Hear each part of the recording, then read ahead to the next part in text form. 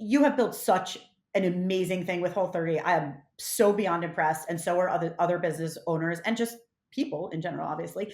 Do you have top 3 tips for entrepreneurs or aspiring entrepreneurs?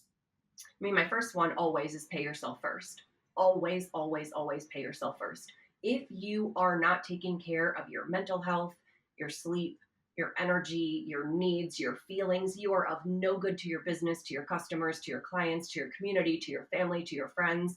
You got to pay yourself first and resist this entrepreneurial like hustle culture. I don't think that we have to hustle 24/7 or we're going to be out of the game. So that's kind of my first thing. The second thing I like to say, and this is a theme throughout the whole book, is like, remember that you can do it any way you want. You can do it any way you want. Just because this company that does similar things to what you do has this structure, or just because they have weekly meetings or they have a home office, doesn't mean that you have to do those things. You can do it any way you want. And if you're not doing it any way you want, you're kind of doing it wrong. If you're doing it based on other people's expectations or what you imagine a successful business would look like, but it doesn't work for you, I just like to remind people like you're in charge. If Adjust it you're to your own mad, style yeah, and ideology and method and time commitment, whatever it is. absolutely. So those are kind of I think my top two. And those are really just foundational for any entrepreneurial practice. Do we have a third? Just as like odd numbers are so beautiful for tips. I know they are beautiful. I guess the last thing I will say is you have to model the kind of company culture that you're trying to create.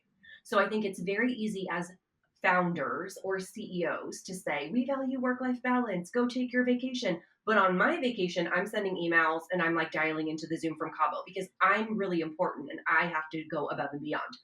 And employees look at what you do, not what you say. So if you want to create the kind of trusting, safe, respectful company culture that does respect healthy boundaries, you've got to be the one to set them. And that might include setting some boundaries with yourself.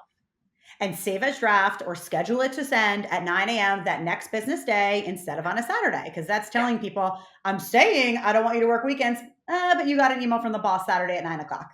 exactly. Yes.